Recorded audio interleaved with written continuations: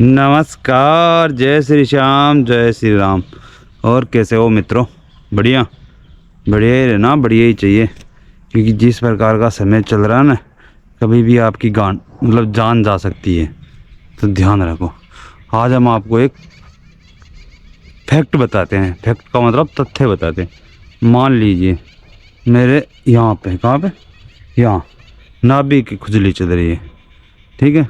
तो मेरा क्या दायित्व बनता है कि मैं हाथ यहाँ से उठाऊंगा, ये हाथ वाला, इधर वाला, क्योंकि इधर वाले से तो कैमरा पकड़ रखा है, तो ये हाथ उठाऊंगा। ये हाथ उठा के मैं यहाँ आगे से नाभि की तरफ ले जाके अपनी खुजली मिटा के आत्म संतुष्टि की प्राप्ति करूँगा।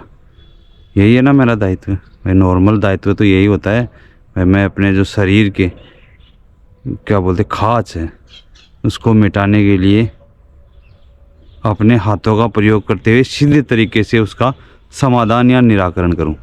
लेकिन नहीं, ये ठीक नहीं होगा। ये जो हमारे जो अभी की जो क्या बोलते हैं परिस्थितियां हैं, सरकार की जो नीतियां हैं ना, उनके अनुसार ये ठीक नहीं होगा।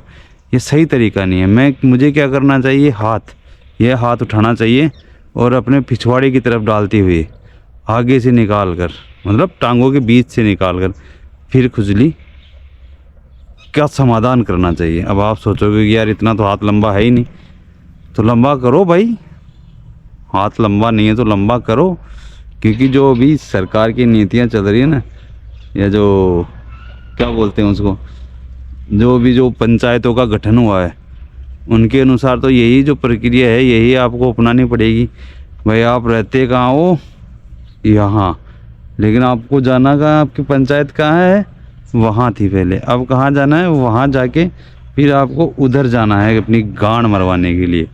एग्जाम्पल बता रहा हूँ मैं, किसी का वैसे नाम नहीं ले रहा कि भाई मैं विशेष तौर पर भाई अपनी पंचायत या किसी और की। लगभग भाई मैं मेरे रह रहा था, वहाँ से मेरा पंचायत थी वो मेरे नज़दीक थी। लेकिन नहीं, तुम नज़दीक मत रहो बहन के लोड़ो। तुम नज़दीक रहोगे तो उत्पाती बनोगे, जानकारी हो जाएगी, करप्शन हो जाएगा। अपनी पंचायत इतनी दूर बदल लो कि आप वहाँ तक पहुँच ना सको। और एक चीज़ बताओ, हमें क्या, किसी को भी, जो पिछले 70 75 से 78 सालों में जो पंचायतें इतना विकास कर गई, उतना विकास तो नहीं बनने वाली पंचायतें आने वाले 70 साल में तो कर नहीं पाएगी।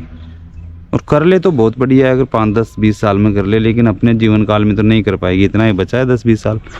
और किसी अगर दादा व महाराजा ने धमकी दे दी, थोड़ा जल्दी चले जाएंगे, और क्या होगा।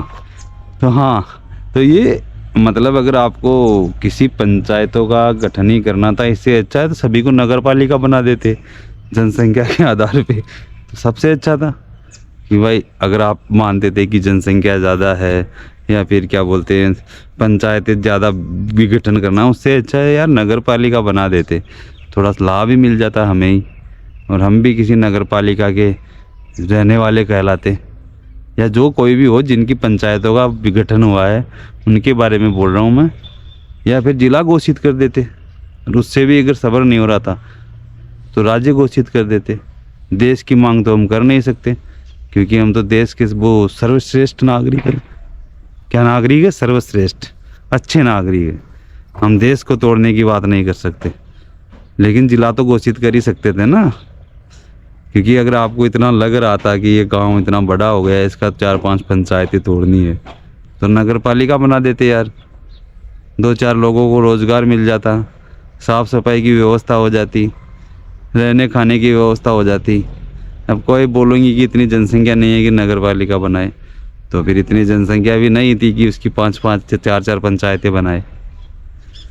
और फिर देखो ऊपर बैठे हैं वो लोग हैं, कौन सा नशा करते हैं, सूखा करते हैं, गीला करते हैं, पता नहीं। हम तो पहले सूखा करते थे, बंद कर दिया, अब गीला करने की तैयारी है।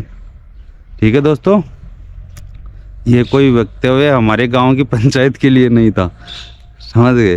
ये तो बस ऐसे सरकार पे एक व्यंग्य था कि जो कुछ हो रहा है वो अच्छा हो रहा है, और ऐसा ही होना चाहिए।